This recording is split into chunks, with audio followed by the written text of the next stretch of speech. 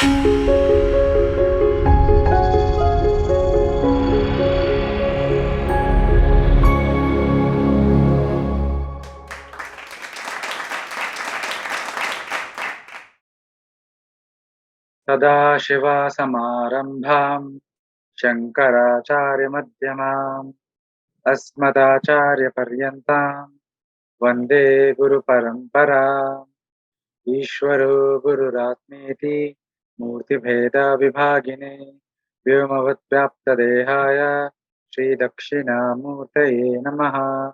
भारतीकरुणापात्रं भारतीपदभूषणम् भारतीपदमारूढं भारतीतीर्थमाश्रये विद्याविनयसम्पन्नं वीतरागं विवेकिनं Vande वेदान्ततत्त्वज्ञं विधुशेखरभारती। So the topic of today's discussion or talk is relevance of Dharmashastra in today's world. Those who have been following my posts and writings on social media would know that I often write about Dharmashastras, about Manusmriti, about Shastras in general. And often I also get into fights once in a while with a lot of people, debates and all on the role of Shastras. So through these extensive debates over the last several years, what I have realized is there is a lot of confusion. So what I have realized is there is a lot of confusion in the contemporary Hindu society regarding what is Shastras or the Hindu text and what is its role, what is its function in the Hindu worldview. As a result of colonial education and even post-independence, the kind of secularized woke education that we were having, the Hindu society have been completely deracinated, completely removed from its roots, from its knowledge systems, the IKS, the Indic knowledge traditions. So, though in the Indic worldview, the Shastras or the textual traditions play a very central role, because of these effects of colonialism, we have completely become confused, misunderstood, and completely sidelined the role of Shastras. The result of this is that while the ideological opponents or enemies, so to speak, or the civilizational enemies, try to use Hindu Shastras as a weapons to browbeat Hindu society, to dismantle us, to attack us. Especially, they use the particular strand of our Shastric tradition, of the strand of Dharmashastras, or the popularly the Manusmriti and Parashara Smriti, Yajnavalkya Smriti, and this Smriti tradition to as a weapon to undermine Hinduism. And unfortunately, the response of Hindu society, the even Hindu intellectuals, those who are active on the Hindu scholars, intellectuals, many of them, the response has been clumsy, disoriented, and one that which unfortunately involves denouncement of our own Shastras as being not relevant and outdated. Rather than providing a proper intellectually robust response to the attacks, we are involving in a self-blaming game, discarding our traditions, our Shastric traditions, our knowledge traditions as not relevant, irrelevant, and outdated. A good example for this I would tell you is just I think few months ago, I think uh, last year, I think one of the popular, the so-called right-wing handle on Twitter uh, made a Twitter poll saying how many people keep the text of Manusmriti in their homes and how many keep the text of Gita in their homes. And obviously, as expected, the overwhelming majority said that they keep Gita in the home, and very small minority perhaps said they keep Manusmriti at home. And based on this, the conclusion derived was that Manusmriti is irrelevant. The implication is entire Smriti and Dharmashastra tradition is irrelevant to modern society, to Hindu society today. And everything that is there needed is there already in Gita. There can be nothing as misleading and misconceived as this. Because the fact is, even 100 years ago, people did not even keep Gita in there. The fact that we have a printed book of Gita in most of our places is a very modern phenomenon, thanks to many publications such as Gita Press, etc., for distributing it very easily and very low cost, and organizations such as Chinmaya Mission to start this massive Gita Jnana Yajna and all that happened few decades ago. But does it mean that Bhagavad Gita was not relevant before because it was not kept in its homes? So that is why this argument is problematic.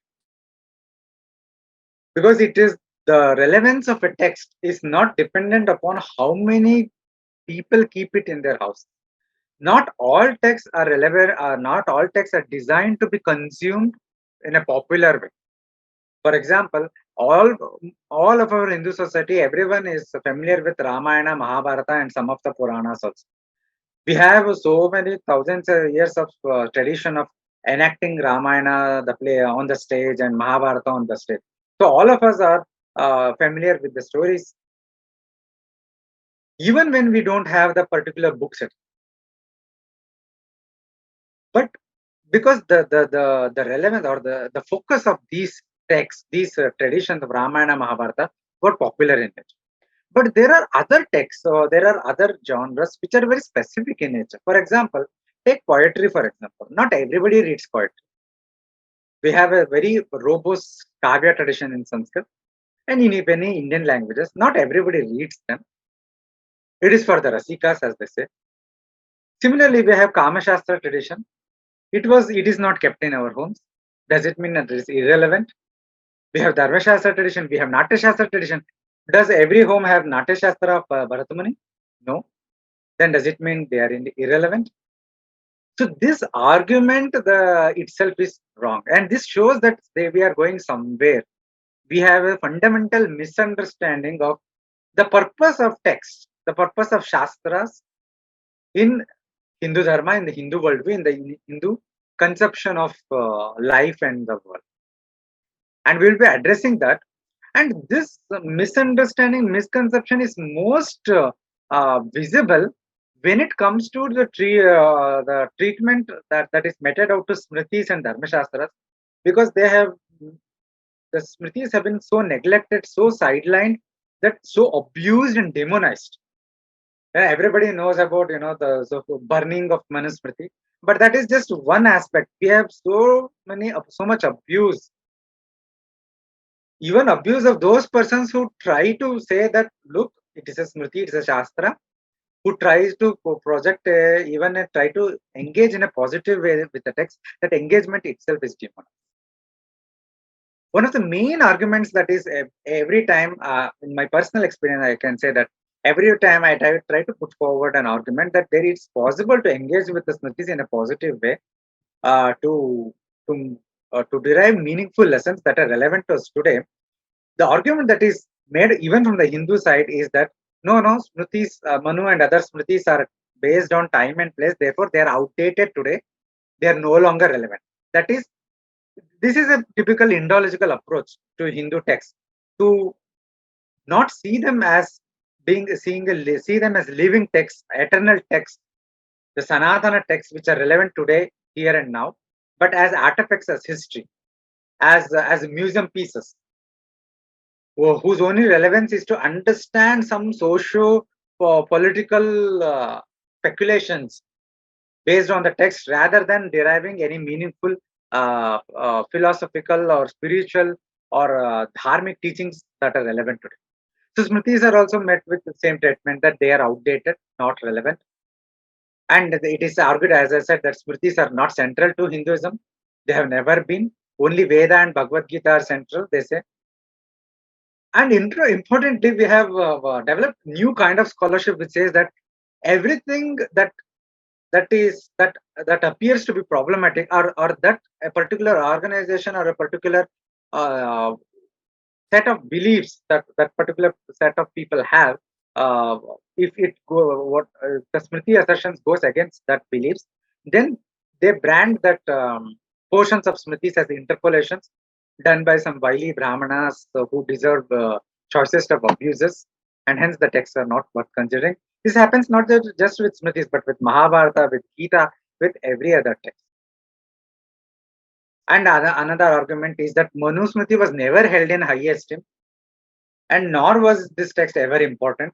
And it was the British which manufactured Manusmriti and brought it on central stage by translating it, and they did great distortions with colonial agenda. This argument is so baseless that British somehow gave prominence to Manusmriti, somehow made it a central text, and it was never a prominent text before that. So this is a screenshot I have taken from the critical edition of Manusmriti brought by Patrick Oliver. Of course, he is a Western scholar, and I personally and many others, we all have many issues with Western Indological work. But this is an easy reference, and the purpose here is not to defend his scholarship or anything. I want to simply show this that the facts he has collected. He shows that from 5th century onwards, different acharyas of different darshanas, important teachers of Hindu Dharma, they have extensively quoted Manusmriti. This is not this, for example, Shabara. Shabara was a commentator on Purva Mimamsa Sutra of Jaimini. And this Purva Mimamsa is a very important school of philosophy. It's a Darshana. Just like we have Vedanta, which is Uttara Mimamsa, then we have Purva Mimamsa, which especially deals with how to interpret the Karmakanda portion of Veda. That is the Samhita, Brahmana, Aranyaka portion of Veda. So Shabara was very well-known commentator, and his on his commentary there is a very extensive commentary by Kumarila Bhatta, and Kumarila Bhatta in his Tantra Varttika, the name of his commentary, also extensively quotes Manusmriti. Shankaracharya, Adi Shankaracharya Bhagavad the one of the most important schools in Uttara Mimamsa, the Vedanta school, the Advaita Vedanta school. He has extensively quoted Manusmriti in his Brahma Sutra Bhasha, in his Brihadaranyaka Upanishad Bhasha, in Taittiriya Upanishad Bhasha, in Bhagavad Gita Bhasha. It is very funny that many Neo-Vedantins, many people who study a bit of Vedanta here and there, they say that Shankaracharya does not give importance to Smriti, or he does not uphold the values and the systems enunciated in the Smriti. That is completely false. We have important commentators from the Dharmashastra tradition, such as Vishwarupa, Vijnaneshwara, Aparaditya, who have commented on Yajnavalkya Smriti to quote Manusmriti extensively. And others like Jimuta Vahana, Haradatta, Lakshmidhara, Hemadri, Devanabhatta, and Madhavacharya, who is the Swami Vidyaranya of Vijayanagara fame, all of them quote Manusmriti extensively. And this is, yeah. One more screenshot from the same book. See here, these are three texts. KKT refers to Kriya Kalpataru. It is a medieval text on Dharmashastra. And DB refers to the Daya Bhaga. It is another medieval text on inheritance. This is Parashara Madhavya. PM is Parashara Madhavya, which is a commentary by Swami Vidyaranya on Parashara Smriti. You see, in the very first, this lists the number of citations of various Smritis and Dharmasastras given in these three texts. You see the highest number of citations in all the three texts, the Kriya Kalpataru and Dayabhaga and Parashara Madhavya, or Manusmriti. The quotes, the verses from Manusmriti have been cited most. In Parashara Madhavya, Madhavacharya quotes it 621 times. He quotes others such as Apastamba only 86 times. Even Yajnavalkya, which is today upheld as the most codified, most prevalent, popular text, even it is quoted only 461 times. Similarly, in Kriya Kalpataru, Yajnavalkya is quoted 324 times, whereas Manu is quoted 589. And as I mentioned in this Vishwarupa, Vijnaneshwara, and Aparaditya, all the three of them are commentators on Yajnavalkya Smriti, and all the three of them quote Manusmriti. This is interesting, right?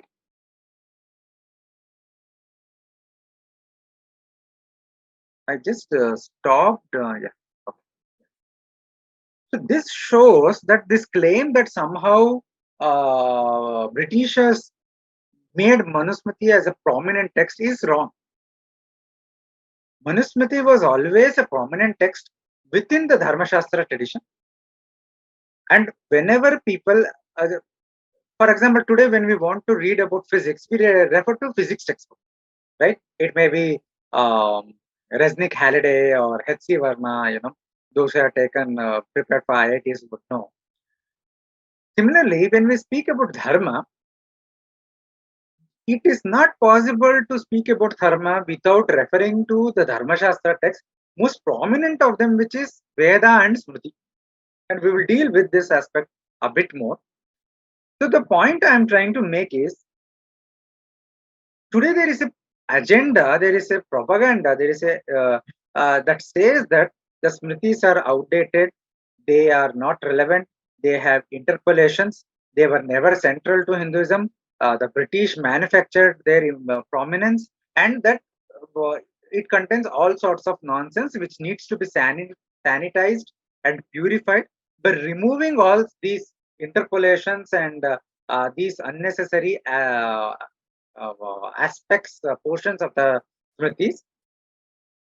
For example, we have a book called Vishuddha Manusmriti by Arya Samaj scholar Dr. Surendra Kumar. It's a academic work, but its conclusions are deeply problematic. He says out of the 2,600 plus verses of Manusmriti, around only 1,300 or 400, I don't have the exact number now, are authentic. The rest are interpolation. And he gives a large detail. It's this big book, of thousands of pages. And I recently wrote one essay critiquing just one argument. And to critique that one small argument, I had to write around a 4,000 word essay. Just imagine if I were to, if anybody has to get together and critique the whole book, it would be monstrous work. Lot of time, energy, years, decades will go. So such kind of scholarship is being built up to discredit the Dharmashastra text. And today or tomorrow they have to be counted in one way or so.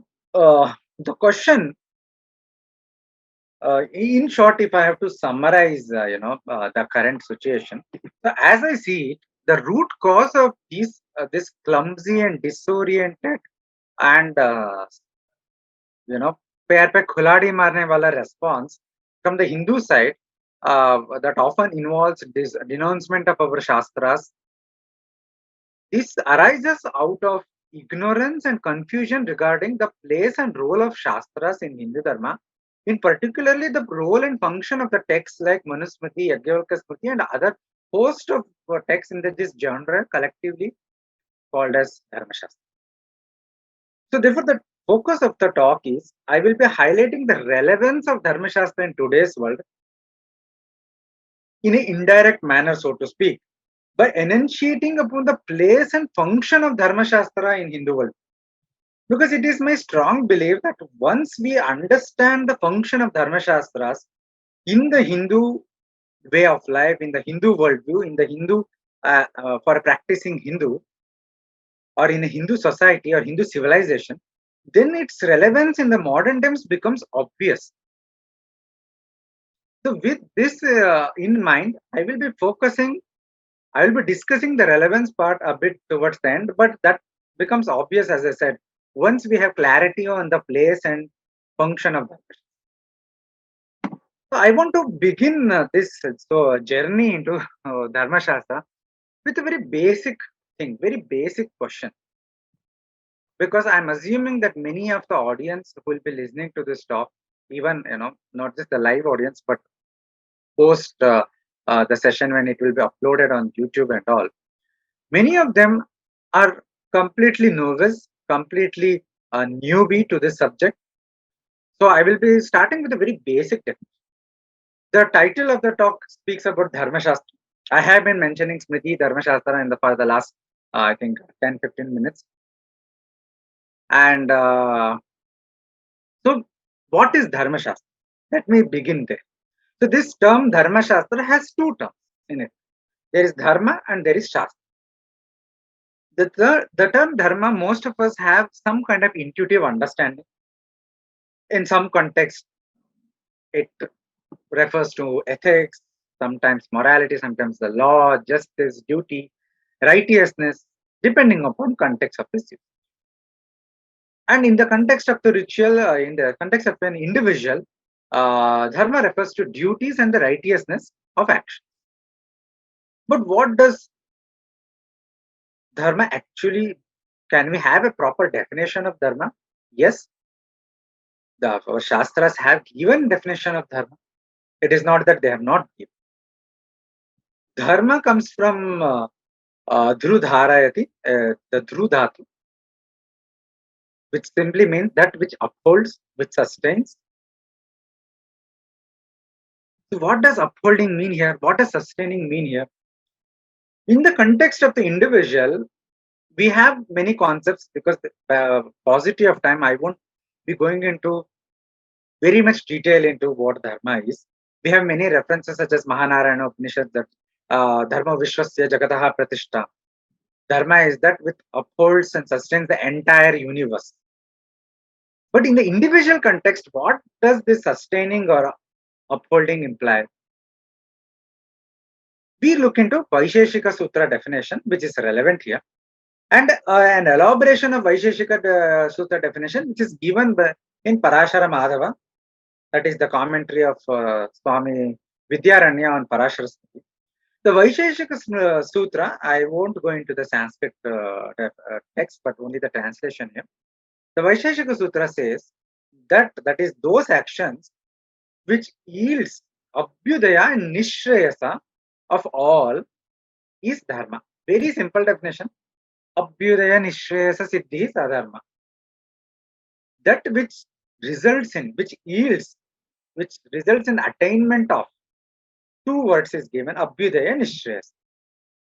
Abhyudaya refers to material well-being. Nishrayasa refers to spiritual emancipation. That is, Abhyudaya and Nishrayasa together refers to overall well-being of an individual.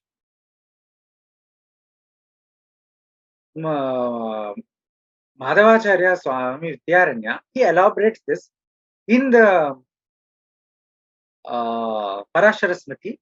Dharma is said to be that which is hitam. So what is this hitam? He says, Dharma is called hitam. Hitam means beneficial. Dharma is called as beneficial or hitam as it is the means to attain our desired fruits. See this. He is saying that dharma is the actual means to attain all our desires. Not just this or that, all.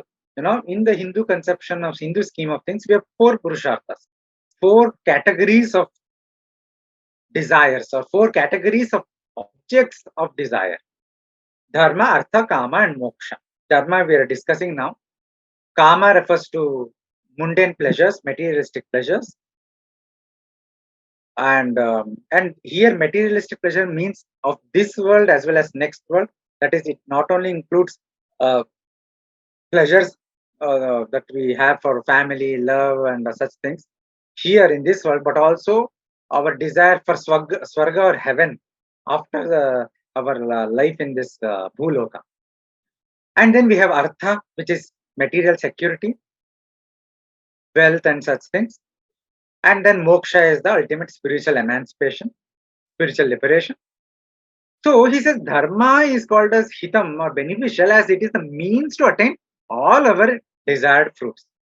And such desired fruits are 2 types. Swami Vidyaranya is saying that such desired fruits are 2 types. Aihika, this world way, that is the fruits which are attained in this world, in this life. And Amushmika, the desires which are attained in other world, that is after the death of the body, when we go to Swarga, for example, or next Punarjanma, however it is. So this otherworldly desires again is of 2 types, which is Abhyudaya, attainment of Sukha and Swarga, and Nishrayasa, which is attainment of Moksha or the supreme liberation. He says that Dharma is the direct means for Abhyudaya, whereas Dharma is an indirect cause of Nishrayasa or Moksha. Because Dharma does not directly lead to Moksha, it leads to Chitta Shuddhi, purity of the mind, which in turn leads to attainment of Atma Jnana, that is Tattva Gyana, knowledge about reality, which causes liberation. I won't go into the details of all this, what is moksha and all those things. But suffice it to say that what is dharma? When we speak about, today we have this attitude that this is a dharmic initiative. I am performing dharma. I'm living a dharmic life. This is a dharmic action. This is a dharmic narrative. We all have this attitude to throw the word dharmic at the drop of the hat, without realizing actually what dharma is. Dharma has a very specific definition, as you see. It refers to those actions which leads to desired fruits in this world, that is, which can lead to artha and kama in this world, and which leads to sukha, because dharma gives rise to karmic merit called punyam, which gives rise to swarga, sukha, and eventually to moksha through chitta shuddhi. So when we say something is dharma, it cannot be merely a material pursuit. Material pursuit can be done either in a dharmic way or in a adharmic. Yes, but material pursuit in itself is not always dharma. What is unique aspect, what makes an action dharma, is that it leads to punya, that is karmic merit, which punya is that which gives rise to sukha, swarga, chitta shuddhi. So if an action has any or all the three of these qualities, then that action is dharma. Since this sukha, swarga, and chitta shuddhi is atindriya, that is beyond the perception of our sense organs, we cannot decide what is dharma on our own. We have to have a basis for deciding, and we will discuss that basis as we move on with the presentation. In short, in the context of an individual, as I said, all those actions which leads to overall well-being is dharma, and the opposite, which leads to fall, bondage, and sorrow of an individual, is adharma. Moving further,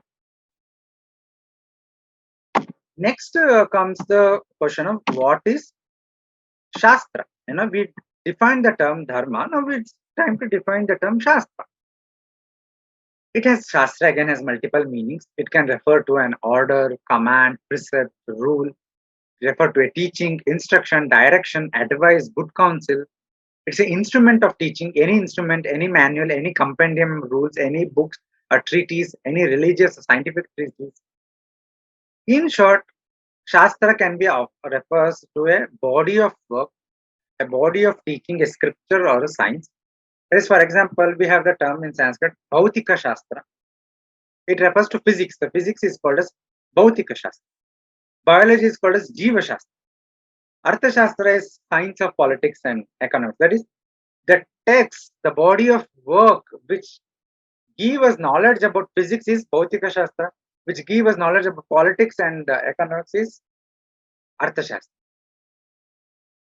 So, Shastra is any body of work which is in the form of words and sentences. A more relevant definition given, the more definition which is relevant to our discussion is given by Sri Kumarela Bhatta in his Mimamsa Sloka Varttika. He says, Pravrittirva Nivrittirva Nityena Kritakena va Pumsam Yenopadishyate Yet Shastramiti Katyate. Scripture is the name given to such words that either caused or eternal. That is, the words could be either eternal words such as Veda or the caused words such as Smritis and other Purana, Itihasa, etc. Such words, the Shabda, such words, Shastra is given a name to those words and sentences which lead either to Pravrtti or activity or to Nivrtti or cessation from activity of certain human agents or the individuals. What this simply means is, this definition appears complicated, but it is not.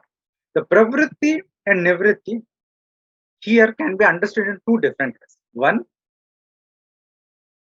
Pravritti can be understood as in the form of the words which stipulate certain actions, such as Satyam Vada. The Upanishad says, Satyam Vada Dharmam Chara. Speak the truth, practice Dharma. This is called as a Vidivakya. It is an injunction or a stipulation. Do this. Or another statement is Swarga Kamo Yajeta. If you want, if you desire heaven, do this yajna. So this is an injunction, stipulation that leads to an activity. Pravritti.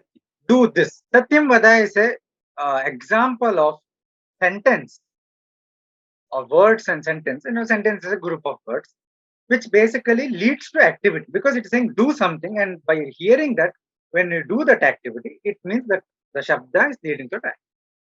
Not directly, but indirectly. Or then there is other sentences such as do not steal, or do not kill, do not perform abortion, or such statements. These are statements which says do not perform certain activity. So there are certain activities prohibited. This is called as Nisheda Vakya, prohibition. This asks us to not to perform certain things, and with this knowledge, when we do not perform certain things, we can say that the Shabda led to that in indirect. So this is one definition. That is, Shastra is that which tells us what actions to perform, what actions to be not performed.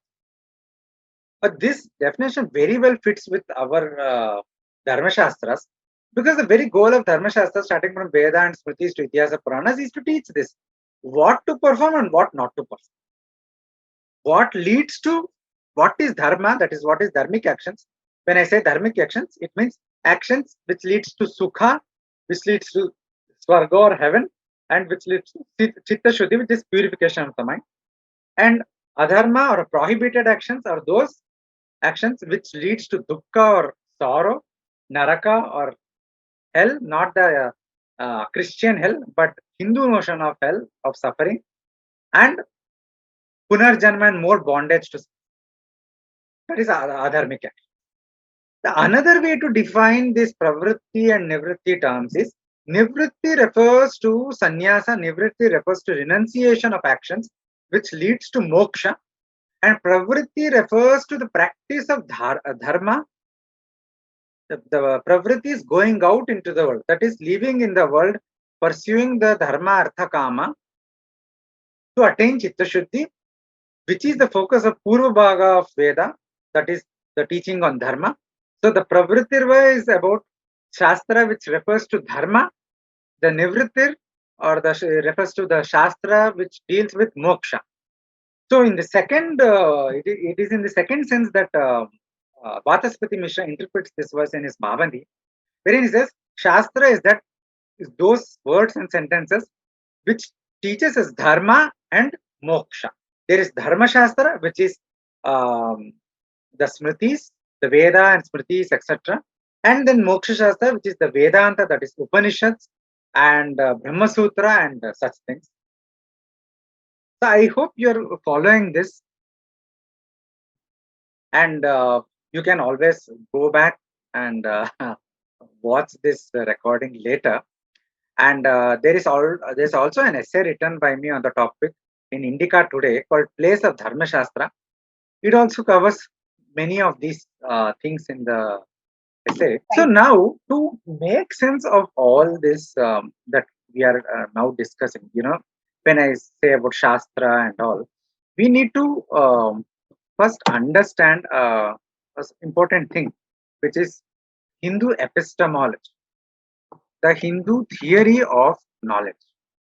Without that, we will not be able to appreciate what I am saying, because it's very easy. I already gave you an example of physics, maths, and all, but still we have been trained in a certain way to think what knowledge is, what is valid knowledge, what is invalid knowledge, and that way of thinking that we have been trained to understand is problematic. So this Hindu epistemology or theory of knowledge, we need to have at least very basic grasp to appreciate the whole.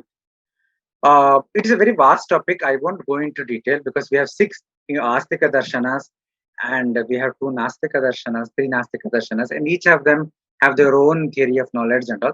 But I will stick to Astika Darshanas and I will give only a bird's eye view. When it is said, the title is the theory of knowledge, how knowledge arises, what is knowledge, all these definitions. So when it is said that we have acquired knowledge or cognized any object, there are four elements involved in the whole process. They are pramata, prameya, pramana. These are the three elements, and then there is prama. Pramata refers to the subject or the knower. That is, in the case I am individual. I say that I can see a TV or I can see an object such as ball. So the subject is called as pramata. Subject is the one who perceives the cognitions. The object of knowledge is prameya. That is the ball I am seeing. That ball is prameya. And here, when I am using the word perception, it's not just about sense perception. It is about knowledge. Even for example, if I read a sentence, then that also is grasping the knowledge from that sentence. So the pramata, is grasping the object. In this case, is that sentence itself is an object. The knowledge perceived from the sentence, right? Or the knowledge about the object perceived from the sentence. So pramata is the knower who perceives the cognitions. The object of knowledge is prameya. Prama is the knowledge itself. Specifically, prama refers to valid knowledge. When the knowledge is valid, it is called as prama. The correct knowledge is prama. If it is invalid or erroneous knowledge, it is aprama. For example, mirage. Mirage is aprama, or we perceive something wrongly and then we later realize it. So that wrong perception or erroneous perception, for some reason, it is aprama. Only a valid knowledge is called as prama. And then we have what is called as pramana. There is the knower or the subject, knower of object. There is the object of knowledge, and there is the valid knowledge itself. And then we have pramana, which is the method or the means through which the knowledge is acquired. Pramana is a very important term, very important concept. Pramana refers to the method or the means through which knowledge is acquired. For example, in the case of perception, I am acquiring my knowledge through my sense organs. So the senses and the mind, they are the means. They form the pramana. A little bit elaboration more here warrants it. The definition of prama or valid knowledge is given in different ways in different darshanas. I have just taken three relevant definitions. The Nyaya Darshana, for example, defines prama or valid knowledge as true presentational knowledge, that is yathartha anubhava, which is definite and assured, that is asandigdha. That is, whatever is in the external world, we perceive it as it is, yathartha anubhava, and it is definite and assured. There is no doubt about it. It is confirmed knowledge. In Bhatta Mimamsa, the Mimamsa Darshana has two divisions, Bhatta Mimamsa and Prabhakara Mimamsa. The Bhatta Mimamsa is named after Kumarila Bhatta. So in Bhatta Mimamsa, Prama is defined as primary and original knowledge, anadhigata, original knowledge. In Vedanta, Prama is defined as knowledge that is original, that is anadhigata, and uncontradicted by other means, abhadita. And this is very, very important. The knowledge that we can only say that a particular thing is a pramana, is an independent pramana, independent means of acquiring knowledge, when it reveals a valid knowledge, it reveals a knowledge which is original and which is uncontradicted by other means, other pramanas. Anadhigata, abhadita. So simply put, prama is valid knowledge of objects gained from a pramana which is not contradicted by other pramanas. So what is pramana then? For knowledge to arise, all of them has to be present. Without the pramata, prameya, pramana, all the three has to be present for the acquisition of prama or valid knowledge. Without any one of them, knowledge cannot arise. But though all the three of them have to be present, it is the pramana which is a special operating cause, which is a direct cause that gives rise to valid knowledge. Because it is through the operation of the pramana that valid knowledge is. As against other general conditions. The pramata and prameya are general conditions, the subject, knower and the object. But pramana is the special condition, it's the operating condition. So, for example, the in case of anumana is one of the pramana, which is inference. The operation of the inference is the pramana. It is the inference is the operation which causes us to infer. That is, when we see the smoke on a hill, through inference, we perceive that there is a fire on the hill. It is not just by seeing the smoke that we are perceiving. It is through the inference, through that operation of inference in the intellect that we come to the conclusion that there is a fire. So this inference then becomes a pramana, unique pramana, that is unique means or a special operating cause that gives rise to value. Now in Hindu tradition, there are largely 6 pramanas. Different darshanas accept different number of pramanas. Nyaya accepts only 4.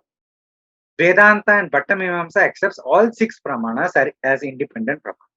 What are these 6?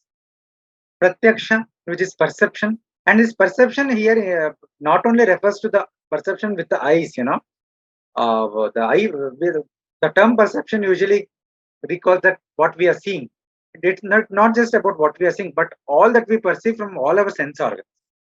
Sense perception, all the 5 senses. Then there is inference, that is anumana. Then there is upamana, which is comparison and analogy. For example, a good example is this. You have not seen how say, for example, wild buffalo looks. You only know how, for example, a cow or a domestic buffalo looks. So you're told, look, go to the forest. You will see an animal which looks very similar to this domestic buffalo, domestic animal, but it has its horns a little bit differently or something like that. Or for example, we can say, you know how a horse looks, but you don't know how a zebra looks. You say that zebra looks just like a horse, but it has stripes of black and white. So this knowledge, this is not an inference. This is a comparison. You're comparing an unknown object with a known object, and hence giving you knowledge about that unknown object. So this is called as upamana. We have arthapatti, which is postulation. This is also called as valid knowledge. Valid means to gain valid knowledge. Arthapatti is simply very simple, for example, the very famous example is Devadutta is putting up fat. There is 2 statements. One statement is Devadutta is becoming fat. Second statement is Devadutta does not eat in the morning. Both are true. If both these statements are true, then how is it that Devadutta is becoming fat when he is not eating in the morning? This is only when possible when Devadutta must be eating in the night. So this knowledge or this fact that Devadutta must be eating at the night, it is postulated. It is not inferred. There is no direct inference, as in the case of seeing a smoke and inferring presence of fire. This is called as arthapatti. Then there is anupalabdhi. It's case of non-perception. It's basically, there is a table in your room. Every day you are going and seeing, that table is there. But someday you come back from your office. Your wife has changed the position of the table. Suddenly you notice, the table was here, but it is not there now. So this perception of non-existence, anupalabdhi is non-availability of something at a place it was previously available, is anupalabdhi. And finally, we have what is called as Shabda Pramana or Shabda. Basically, word testimony of past and present reliable experts. We will see the definition of Shabda Pramana now. What is common to all Hindu darshanas, irrespective of how they define prama or valid knowledge? or how many pramanas or means of valid knowledge they accept is their acceptance of Shabda, especially of what is available to us as Veda, as the ultimate pramana that reveals true knowledge. This is common to all Astika Darshanas. Shabda, it's already 9. Shabda literally means verbal knowledge. It is knowledge of the objects derived from words and sentences. We already saw. So, but all verbal knowledge are not valid. So, Nyaya Darshana defines Shabda as valid verbal knowledge, not just any verbal knowledge. Valid verbal knowledge, and it defines this valid verbal knowledge as assertions of a trustworthy person. This trustworthy person is called as Apta, and he is defined as one who knows the truth and speaks the truth about anything for the guidance of another person. So the three criteria of Apta is a trustworthy person is one who himself knows the truth and he is able to communicate the truth he knows as it is, and he communicates that by keeping the welfare of the questioner in mind, that is for the guidance of another person. So the prama, and then the prama arises when the correct meaning of the statements of the apta are understood. If you don't understand correctly what somebody, the trustworthy person is saying, then there is no valid knowledge prama. Therefore, Shabda Pramana is a source of knowledge which is in the form of words and sentences of a trustworthy person and gives rise to correct knowledge or prama when the meanings of those verbal testimonies correctly grasped. I hope this much is clear. Now, as I said, Veda is held as the ultimate Shabda Pramana, the independent Shabda Pramana, the most important Shabda. And Veda reveals twofold objects, Dharma and Brahman. When I say twofold objects, I am not speaking of material objects. Twofold subject matter that Veda reveals is one on Dharma, the other is Brahma. Dharma is revealed in the Purva Bhaga, that is the Brahmana Aranyaka section, whereas Parabrahma is revealed, the ultimate reality is revealed in the Upanishads. Now, there are different views about what Veda is and why it is authoritative, why it is a valid Pramana, why it is a Shabda Pramana. We won't go into all those details. But basically, the Nyaya Darshana says that Veda is authored by Ishvara himself. Because Ishvara is the creator of the universe, he is the sustainer of the universe, and he is the destroyer of the universe. He is the most trustworthy source. In Hindu tradition, all knowledge is traced back to Ishvara. For example, the form of Ishvara, Sri Dakshinamurti, is the Guru of the Guru, is the ultimate Guru. In the very beginning, Mangalacharana, I chanted this verse. Ishvaro Guru Ratmeti, Murti Veda Vivagana, Vyamat Vyaptadeyahaya, Sri Dakshinamurti Nama. Sri Dakshinamurti is the Ishvara, Guru, and Atma. Murti Veda Vibhagana. There are three different forms of the same essence, which is Dakshinamurti, who himself is Ishvara, himself is Guru, himself is our own Atma. So Ishvara, he is the Guru. He is all knowledge. See, for example, in the yoga tradition, Adinatha, Shiva is considered Adi Yogi, from which all yoga tradition comes. Or in the particularly in the Raja Yoga or Patanjali Yoga tradition, it traces back to Hiranyagarbha. Or in the Vedanta tradition, the Guru Parampara mantra is Sadashiva Samarambham Shankaracharya Madhyamam. Sadashiva is Ishvara. In another version of this, Narayana is the original. Narayana Samarambham. So everything leads back to Bhagavan, Ishvara. So Nyaya Darshana says it gives a lot of arguments about existence of Ishvara, and it says that Veda is authored by Ishvara. Therefore, since Ishvara is the most trustworthy source, there is no scope for fault and lacuna in Veda. On the other hand, Sankhya, Mimamsa, and Vedanta accept that Veda is apaurisheya. It is impersonal in the sense that it exists eternally. It is not authored by any being, human or divine. And that is, Veda is not authored by Ishvara. It is a manifestation of Ishvara itself. It is Ishvara itself in some sense. That is also one interpretation possible. So because it is Apaurisheya, it is without any fault, without any lacuna, and possesses Swata Pramana. That is, this is called Swata Pramanyavada. That is, Veda is self-evident.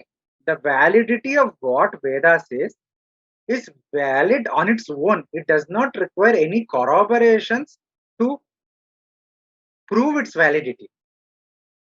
So this is how the Mimamsa and Vedanta conceive of Shabda Pramana. This is called a Swata Pramanyavada. The Nyaya has a different view.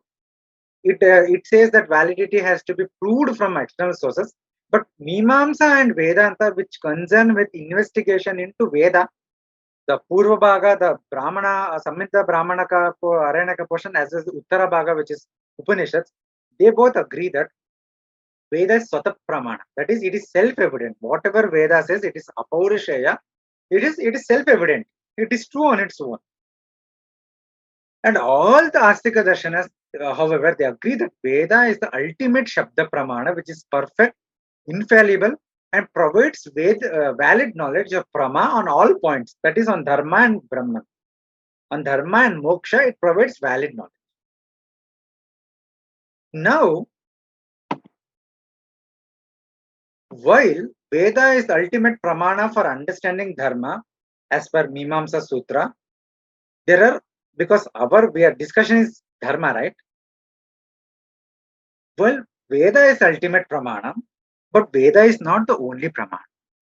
Veda, the interesting aspect is Veda is the ultimate and the independent Pramana. Veda is not dependent upon anything else. But we have other Pramanas which are not independent. They are dependent, but also valid as well. They are the Smritis. For example, Manusmriti says, Veda Akila Dharma Moolam, the Moola of the root, the foundation is Veda, but there are other sources such as Smriti, Achara, and Atmatushti. Yajnavalkya Smriti adds Purana, Nyaya, Mimamsa, etc. as other sources of Dharma. So there are textual sources, the textual sources for knowing Dharma, for gaining valid knowledge about Dharma are Veda and Smritis primarily, but also the Itihasa Puranas and Nyaya, Mimamsa, etc. And non-textual sources includes Achara, that is practice and conducts of our rishis, of our gurus and elders. And Atmatushti is, in any situation you face yourself, there is your inner conscience you have. So that Atmatushti is also a source of that. So while this Veda is ultimate Shabda Pramana because it is Apaurisheya, or because it is ultimate Aptavakya, or the statement of trustworthy being, since it is authored by Ishvara himself, the Smritis which constitute the Dharmashastras also are considered as valid Shabda Pramana on two grounds. See, these are all not something I am making up. These discussions are already done and dusted in the Mimamsa tradition, in the Dharmashastra tradition, even in Nyaya tradition. The Smritis are considered as valid Shabda Pramana for gaining knowledge about Dharma on two grounds. One, that they are the teachings of trustworthy rishis, Apta rishis such as Manu, Yajnavalkya, etc. Why are Manu, Yajnavalkya or Aptas? They are rishis. They have perceived Dharma. The Nyaya position is that this Manu, Yajnavalkya, Parashara, these are great rishis who are omniscient. Rishi is one who is omniscient, who can see the past, present, and future, who through their tapasya have directly perceived Dharma. Because they have attained this yogic siddhis, they can directly perceive Veda, they can directly perceive what is Dharma, what is Adharma. Therefore, they are Aptas. So, therefore, their teachings are trust. The second ground is that these teachings, the teachings in the Smritis, Itihasa, Puranas, they are based on the Veda itself. Because they are based on Veda, and since Veda is valid, since it is Apaurishaya, Smritis are also valid. What is stated in Smriti is actually based on Veda itself, therefore Smriti is also valid. So you see the what argument I am building it up. It is that the Smritis, the Dharmashastras, their purpose and function is to reveal knowledge about what is dharma and what is contrary to dharma, what is deviation from dharma, and what is adharma. A little bit more on this Shabda Pramana before I wind it up. Both Nyaya and Mimamsa Darshana provides extensive arguments to prove the authenticity and validity of Smriti as the Shabda Pramana. We find this in the Jaimini Mimamsa Sutra itself, and then in Shabara and Kumarila Bhatta. We also find this in the Jayanta Bhatta, who gives arguments from both Nyaya and Mimamsa, both darshanas, and integrates them into a authentic arguments for the authenticity of Smritis. Nyaya Darshana basically argues that Smritis are valid because they have been revealed by Apta Rishis, trustworthy Rishis, and he says that their trustworthiness can be proved in two ways: agreement of other exemplary people, that is practice of the Vaidikas, the practice of Rishis and all, and running a partial test where possible, as in assertions which are related to Drishtartha, which are related to the injunctions which have bearing on the external world, to test whether the assertions are verifiable. Mimamsa Darshana, on the other hand, argues that Smritis are valid because they are based on Shruti, that is, they are based on Veda, and they prove it in two ways. I don't have time to go into detail, but one of the ways they prove it is using Arthapatti or postulation, which is a valid pramana. And second is by reference to the fact that those who practice Vaidika karmas, that is the Yagyas and other karmas that are mentioned in the Vedas, that is Shauta Yagyas and all, those who practice these Vaidika karmas, they also practice the stipulations of Smritis. Therefore, we can infer that Smritis are based on Veda. Mimamsa successfully shows that Smritis cannot have any source other than Veda, and it is not a product of Ragadvesha, product of attachment and hatred and prejudice and such things. Further, and this is an interesting part, and this is very important. Today, it is very big controversy is made out of whereas Shruti versus Smriti.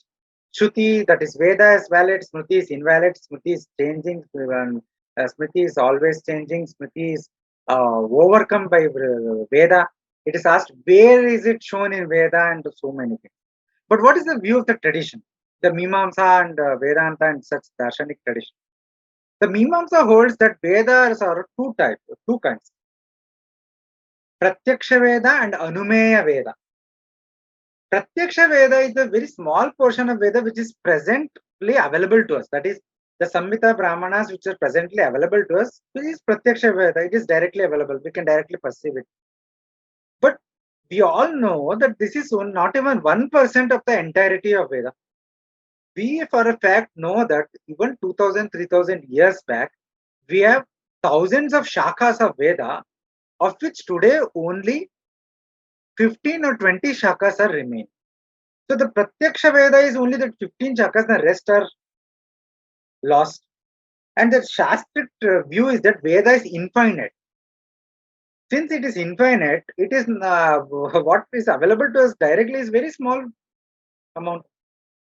What is then Anumeya Veda? Anumeya Veda is those Vedic stipulations whose presence can be inferred, Anumana, inferred by the instructions which are present in the available Veda and the instructions which are present in the available Smritis and Itihasa Puranas as well. You see how the argument is.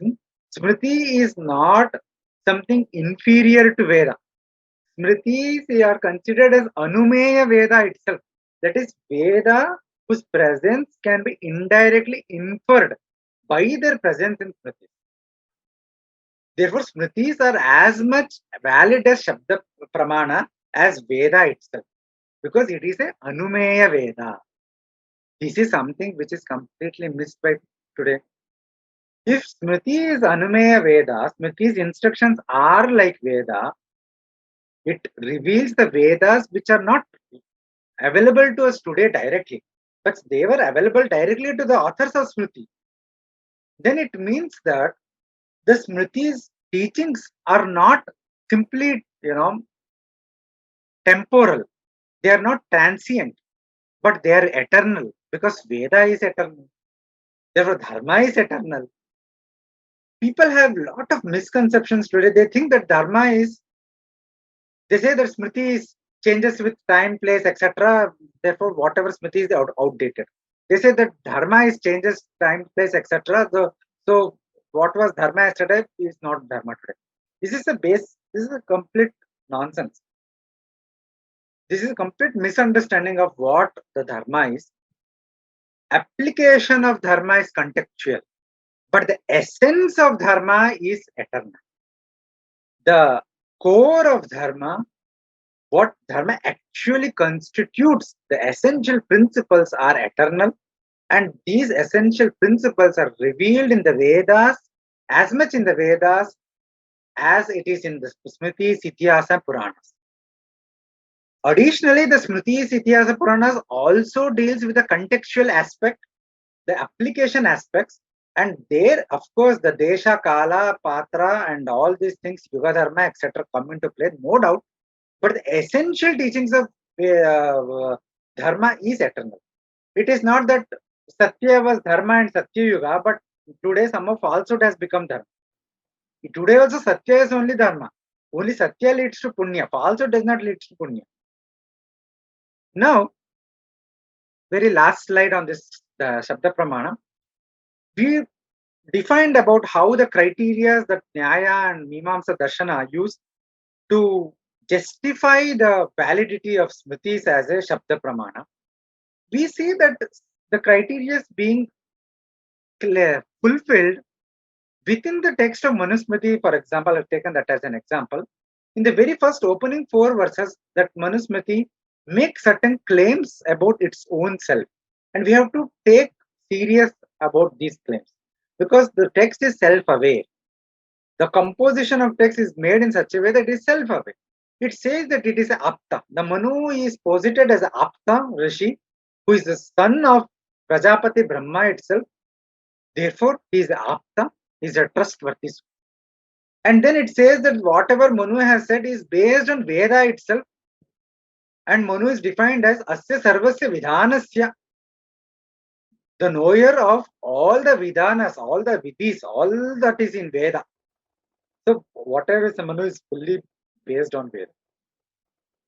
Interestingly, we find praise for the authority of Manu as a teacher of Dharma and authenticity of his teachings from all other texts, including Veda itself. Taittiriya Samhita says that whatever Manu says is wholesome like medicine. That is, you may not like it at first glance, but it is beneficial to you like a medicine. And it is wholesome.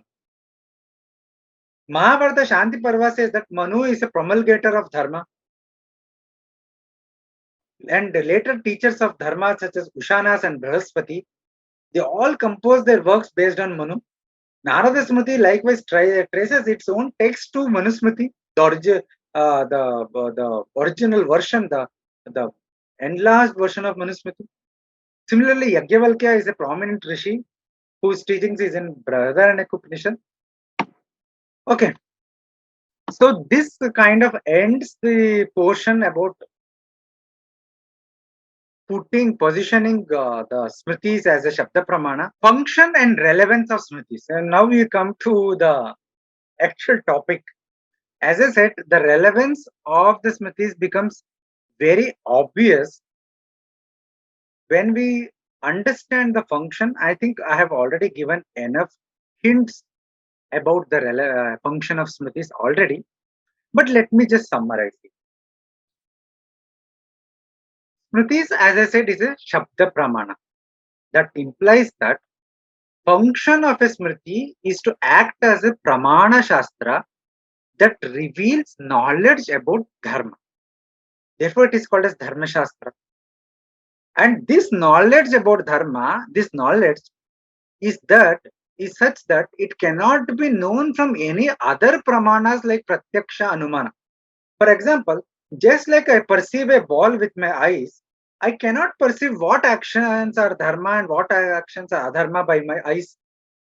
Similarly, I cannot infer on the basis of my perception that what is dharma and adharma. I cannot know what is dharma adharma or purely on the basis of comparison or anupalabdhi or any of other pramanas. The actions themselves do not come and tell us that, look, I am a dharmic action, look, I am a adharmic action, perform me, do not perform me. No. So how do we know what is dharma and what is adharma? We know it through Shastras.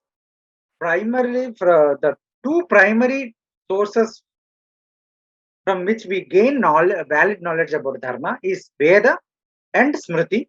And Smriti the definition of Smriti, the scope of Smriti is such that it includes even the Itihasa Puranas.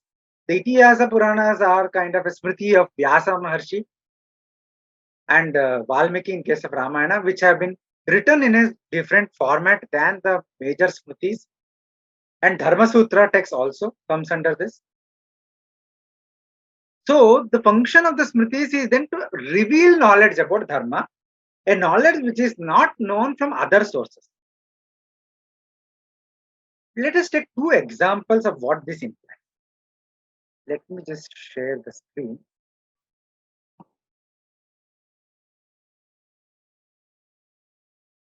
One of the prominent commentators on Manusmriti is Kullukavatta. There are as many as 9 commentaries on Manusmriti.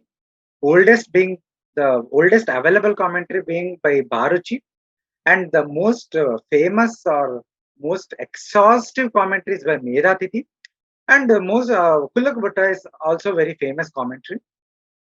He gives 2 examples about how what Smritis reveal cannot be known from any other source.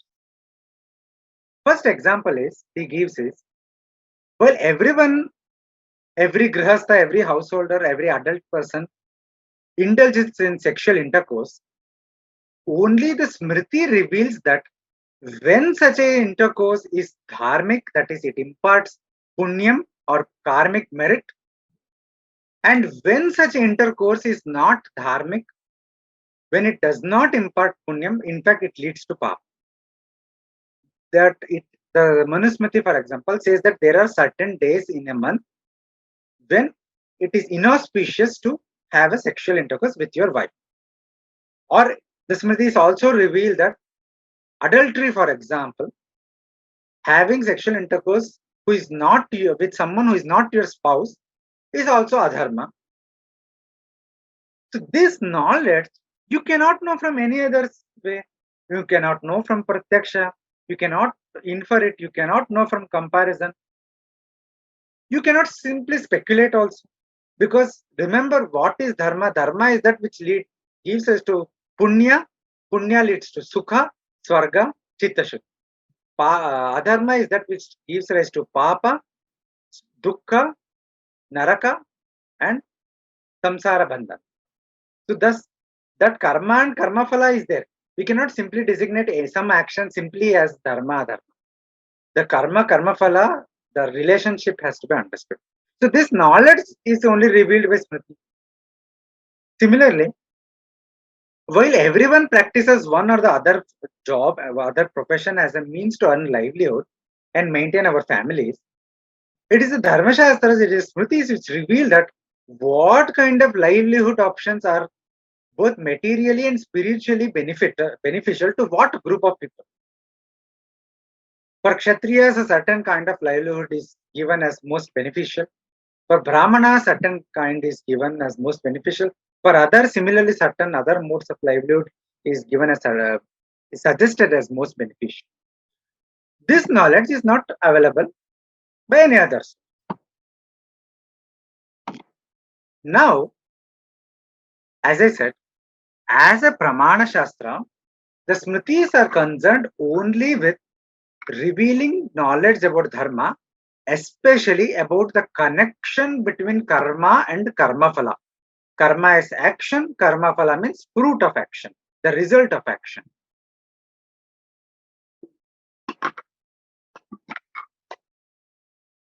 It is a popular conception, especially among the Indologists, who call Smritis as law books. But Smritis are not law. Smritis are not even constitution, as we understand today. Smritis were neither law books or nor constitution texts, which was literally and hegemonically imposed upon society in the past. And they were never books of commandments in a biblical sense, as it is made out to be in some sections of modern scholarship. The content of Dharmashastra, the Smritis, are broadly divided into three subject matters: Achara, Vyavahara, and Prayashchitta. Achara refers to the practice. It is under Achara, the Samanya Dharma and Varnashrama Dharma, the Yuga Dharma, the Putra Dharma, Pati Dharma, Patni Dharma, Sri Dharma. All these dharmas come. All Achara means practice. How should we live? What should we do? What should we not do? What is compulsory? What is prohibited? And all those. What is optional? And so and so. Then we have Prayashchitta, which is expiation. That is, if we deviate from dharma, if we violate certain principles of dharma, or if we do an activity which has been prohibited, then there is something called as Prayashchitta. That is expiation, some form of austerity or tapasya. If I steal something, then there is a Prayashchitta to become free of the guilt, become free of the karmic taint or the karmic demerit that becomes associated as a result of papa that is generated from adharma. So if I steal something, you may get caught, you may be punished, or you may not get caught. Whether you get caught or not by the law and the enforcement agencies, there is a karmic demerit associated because you have performed an action. There is a karma phala too. So by performing prayashchitta, corresponding prayashchitta, you are able to purify yourself by becoming free of that karmic demerit. Remove that karmic demerit. That is prayashchitta. And this knowledge again is not available from any other source. Only the Veda and the Smritis and Ityasa Puranas can give this knowledge. What action, what kind of vrata has to be done, what kind of tapasya has to be done. And the third subject matter is Vyavahara, which is jurisprudence. So only the Vyavahara deals with the law and jurisprudence, while Achara and Prayashchitta does not. Therefore, it is incorrect to say that Dharmashastra is a law book. However, what can be said is that just stating that Dharmashastra or Smriti is not a law book or not a constitution does not mean that they do not have relevance in legal matters. They did. Dharmashastras formed the theoretical basis of law, the ethical basis of it. The legal principles were derived from these texts. The question, for example, on the question of inheritance, the pre-colonial India largely followed legal stipulations of two different schools. One is the text of Mitakshara by Vijnaneshwara. This is actually, Mitakshara is a commentary by Vijnaneshwara on Yajnavalkya Smriti, and the other is an independent text called Daya Bhaga by Jimuta Vahana. So these two books focus fully on the question of inheritance, and they base their theory of inheritance, their stipulations, legal stipulations of inheritance, on the Smriti stipulations, on the Smriti enunciation on inheritance in the Vyavahara section. So while the Smritis are not law books, the laws were enunciated and derived based on the basis of the philosophy or the basis of the stipulations enunciated in Dharmashastra, and they were interpreted using the principles of interpretation given by Mimamsa Darshan. Similarly, the Dharmashastras were never imposed in a biblical sense with respect to practices of and morals of people, but they formed the ethical backbone of society. They provided the material knowledge, the material the knowledge and the tools to negotiate with reality and handle challenging situations. An example of this, how Dharmashastra formed the backbone of society with respect to socio-cultural ethical issues, can be found during the time of Marathas. Deepamba, the wife of Ekoji, the half-brother of Shivaji, and the founder of Maratha Empire in Tanjore in southern India, she commissioned one Raghunatha Pandita, a scholar of Dharmashastra, to compose texts on Sridharma, focus purely on the Dharma of Hindu women, so that Hindu women who had strayed away from Hindu Dharma under Islamic influence can find proper guidance regarding their duties and spiritual practice. This was how Dharmashastra guided the society, not through biblical impositions. So, so I think these examples are revealing or on their own the relevance of Smriti. This relevance of Smriti are becoming self-evident that Smritis, by their strength of as a Shastra Pramana, which reveals knowledge about what is Dharma, what is Adharma, what kind of karma leads to what karma phala, results of karma, they form a knowledge base on which our social, cultural, ethical, and legal, and even political practices, realities can be evaluated, can be negotiated, policies can be made. Two examples from contemporary happenings I can give more. For example, recently there were discussions about increasing the age of marriage of women from 18 to further. Now, all the discussion that were happening was on the medical basis, on social basis, on this and that. The Dharmashastras were nowhere on the table. Typically, this is a question which comes under the purview of Dharmashastra. And it has to be analyzed from the perspective of that. Another example is abortion. Today, all debates in India on abortion imitates the West. In the West, there are two extreme camps called pro-life and pro-choice. And the same debates are copy-pasted in India, pro-life, pro-choice. Is there a middle ground? Is there a Dharmic Indic view on abortion? Yes, definitely. I have myself written a series of articles called Abortion, a Dharmic Perspective, published in Indica Today magazine. There is a talk by me in YouTube also on abortion, beyond pro-life and pro-choice, a Dharmic perspective. You can just search. I think that the talk was delivered for CIS only, if I remember correctly. So this is these issues, social, cultural issues such as abortion, menstruation, marriage, age of marriage, inheritance, all this. Now there is a debate about recognizing homosexual union as a marriage under Hindu Marriage Act or a Special Marriage Act. These are all topics which are come under the purview of Dharmashastra. And they have to be, if we have to develop a Indic view of things, if we have to say that we are a civilization, Hindu civilization, and we will assert our own view on things, our own worldview, and not copy paste from the West, then we have to revive the Dharmashastra tradition.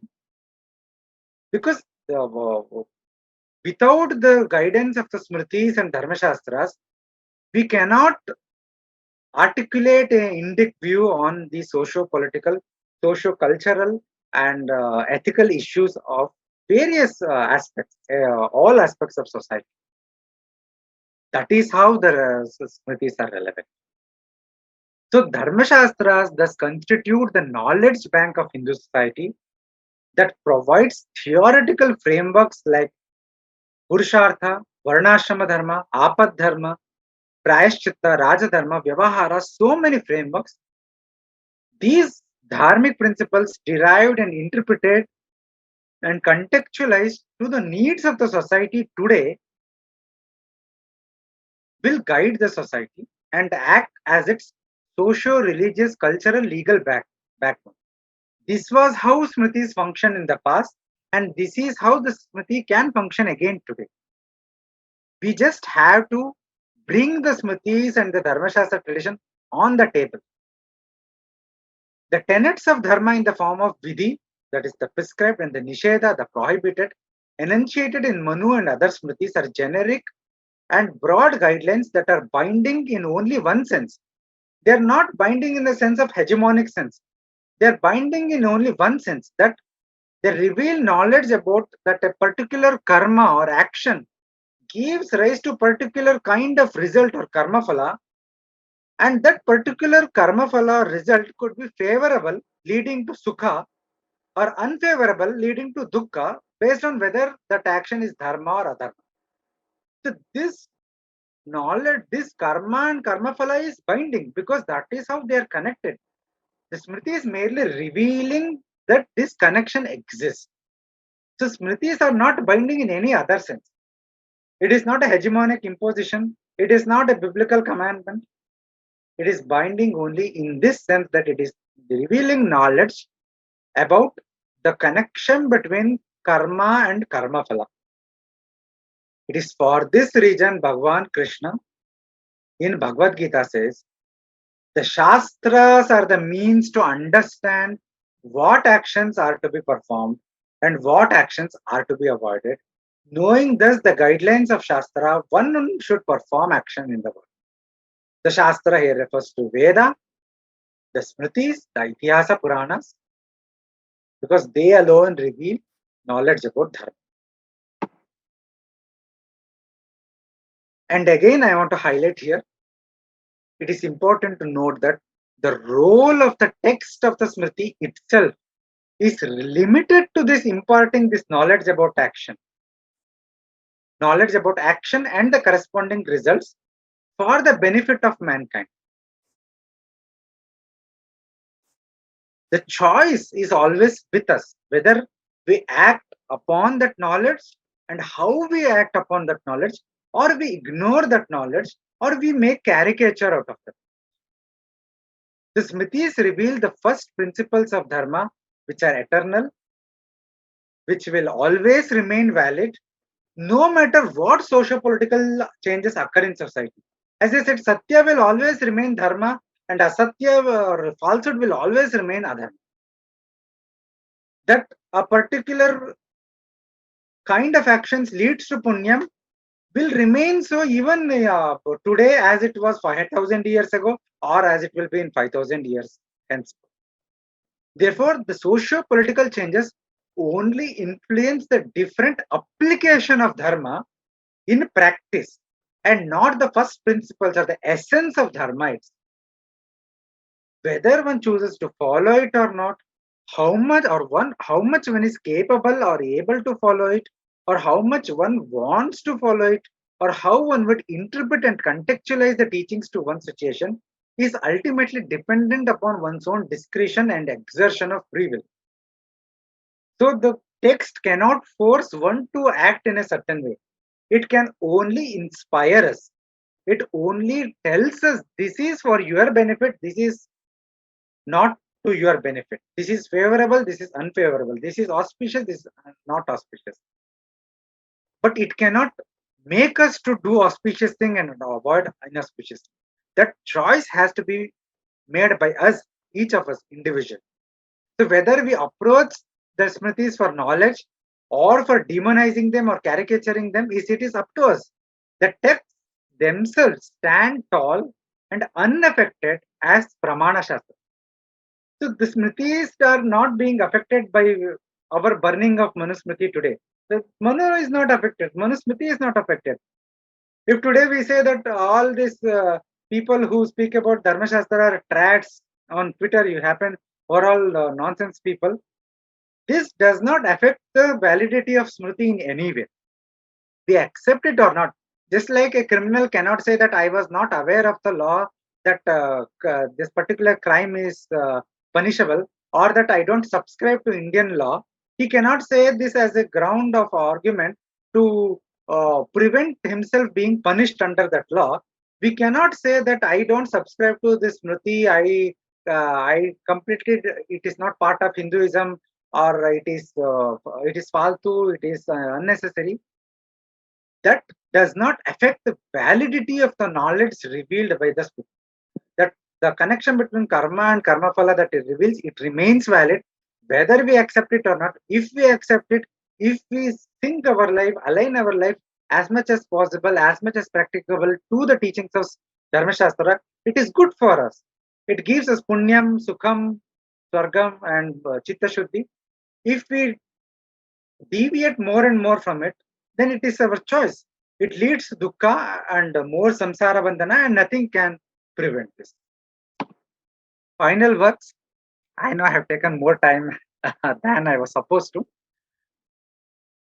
Just same thing that I have been speaking for the last 1.5 hours. Today we are living in a very challenging times wherein Hindu identity and what it means to be a Hindu facing immense attacks from within and without. Because of the colonial dismantling of Hindu education institutions and long-term foreign occupation, Hindus have become deracinated from their own roots.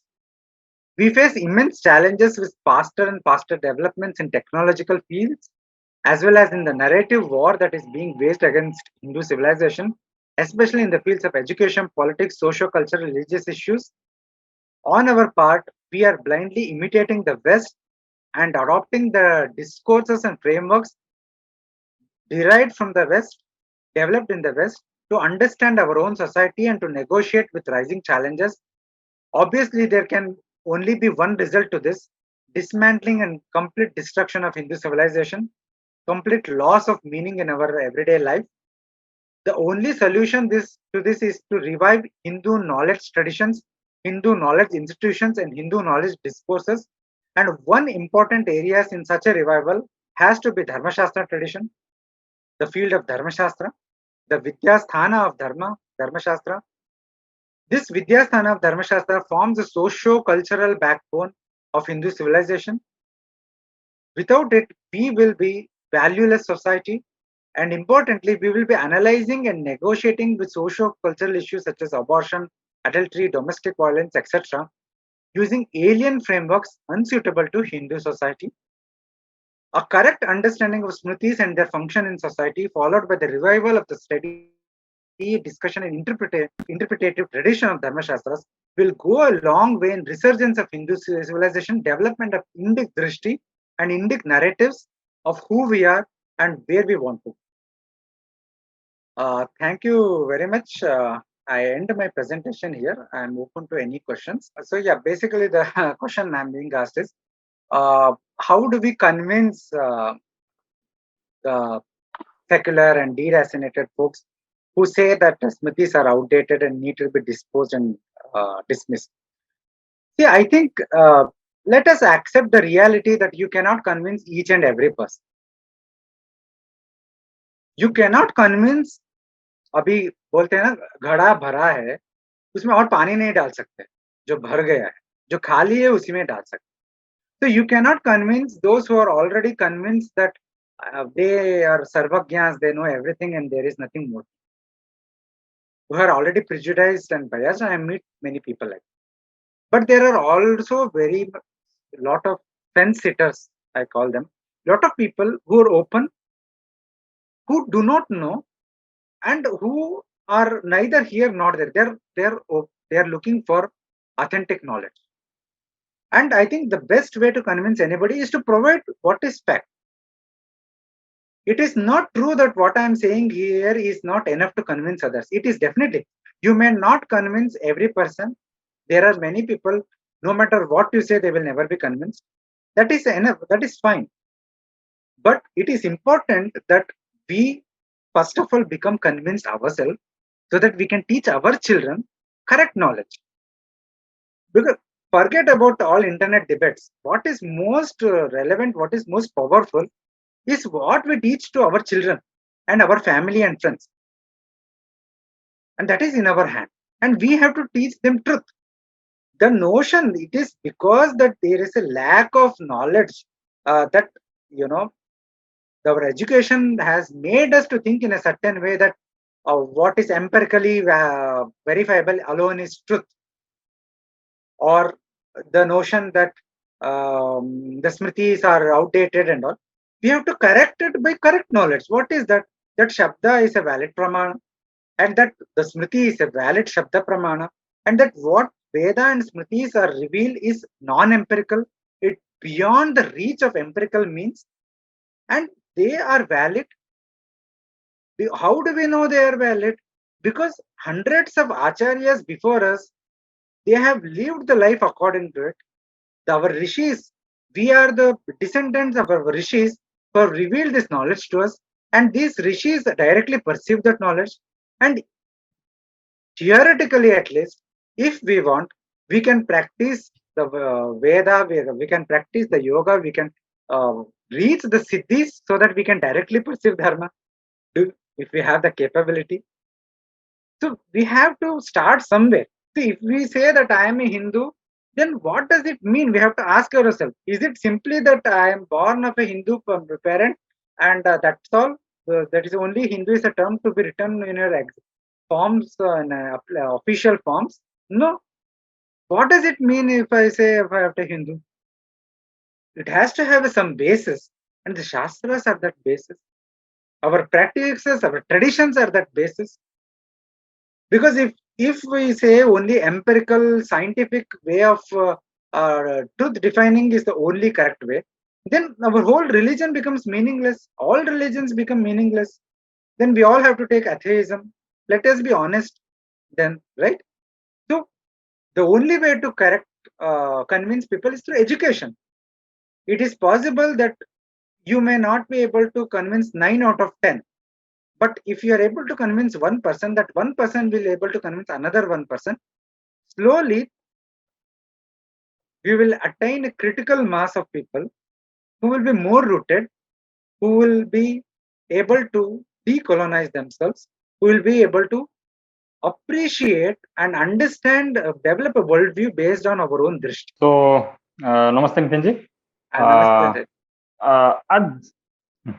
As you must have seen in the internet debates or elsewhere, that every time the view based on Smritis is spoken of, suddenly people jump to practice of sati. What about sati? So, how do someone proceed then? What about sati actually? We know that, and some try to say that no, sati was never a practice. Sati is just an British-made conspiracy or things like that. But what would be authentic Hindu response to that question? Yeah. That is another controversial question. Perhaps we may do another talk on that. I have written an essay on revisiting Sati, Dharmic perspective. It is again on Indica today. I request people to read it. I would just say here this. See, that is Sati is again a weapon used to silence Hindus or silence those who want to put forward a Shastric perspective on issues. Meenakshi Jain's wonderful work has already established beyond doubt that Sati was a rare practice. It was never a prevalent practice. That is, it was never a practice which was indulged by Hindu women every day and night in every homes. No. It was a very rare practice. And statistically speaking, it was not even 1%. If you look at 2,000, 3,000 years of history, based on the evidences for sati that is available, not even 0.5% or 1%. There is one essay in India Facts by Shubhodip Mukhopadhyay who did a statistic analysis. Not even 1% widows committed sati. But apart from all that, if you have to purely speak from a Dharmasastra perspective, sati was considered as a Dharmashastrically relevant practice. It was not demoted as it was not demonized as a adharmic practice. It was considered as a dharmic practice which gives some punyam, but at the same time, it was also recognized that it was a voluntary practice. The very ritual vidhi of the sati, the ritual procedure, has a portion wherein the relatives are enjoined to convince the women to not to commit such. So it is always a voluntary practice performed by very few men and very exceptional women who had great courage and great dedication, who were willing to take that decision. It was not done in some form of ideally, at least from a textual perspective. There could have been many cases wherein uh, it was misused, but the cases of misuse cannot be a criteria to understand how it was defined in the text. So there is any practice can be misused, right? So the sati has been prohibited now, and it remains legally prohibited, and that is absolutely fine. Because in my view, in today's time, there is scope for a lot of misuse. So I am not arguing that sati has to be restarted today. No, that is not my argument. I am merely saying that from a Dharmashastra perspective, sati was not considered as a adharma. It was considered for a widow, for those who have lost their husbands.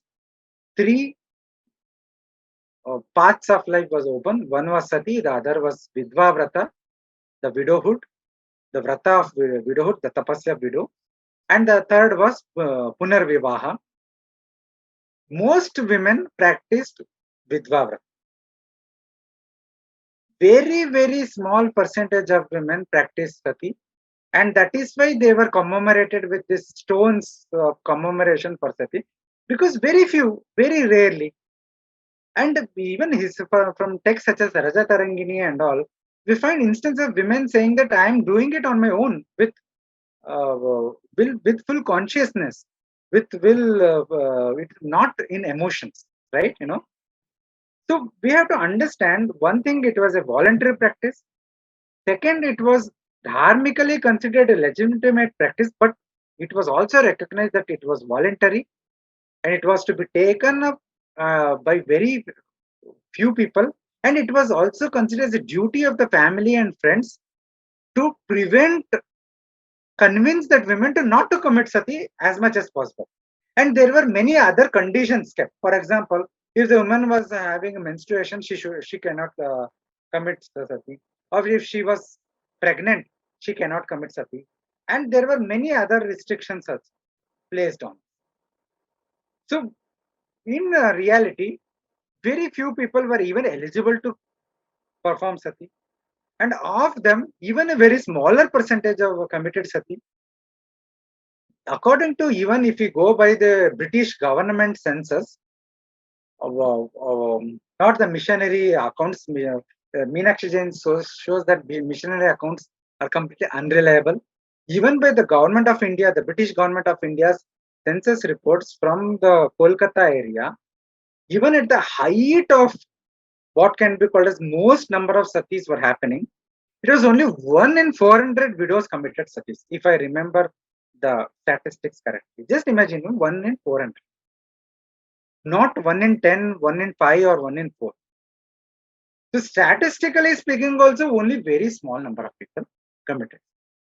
And if we go forward into pre-British areas, then we find even less number of evidence for the people who committed sati. Or for over a period of 2000 years, we don't even find 2000 women who committed sati. So this is a tool to this is used as a weapon to silence any anyone who wants to put forward a shastric view of Hinduism. The way is not to the way is not to be apologetic about it, to recognize the fact as it is, the present reality as well as the past reality as well as the shastric ideal. We don't need to be ashamed that the Dharmashastras and the Smritis and the many Puranas, etc., says that sati is a punya karma. Because they also say that it is a vidhi, sorry, not a vidhi, it is a vikalpa, it is optional. They also say that there are conditions which when it should not be practiced. So we have to have correct knowledge. Only then we can be confident in our own understanding, in our own practice. My question is regarding the legal aspect or outcomes of our understanding of Smritis. While we have few people like Justice Abdul Nazir talking on the need to Indianize or decolonize our system, if Manusmriti is not mere law books, it is very much beyond it. How do we understand the inconsistencies it has with the ideas of constitutional morality, etc.? Okay. It is the other way around. It is not the Smritis which has inconsistencies with constitution. It is a constitution which has inconsistencies and it has deviated from Smritis. So because we never formed this constitution by keeping Smritis in the mind, therefore it has deviated. So when we talk of decolonization and indigenization, what we need to do is not to whitewash the Smritis, is not to sanitize the Smritis, not to distort the Smritis, or not to simply write something and call it something new and call it as a Smriti. Constitution is not a Ambedkar Smriti as some want to call it.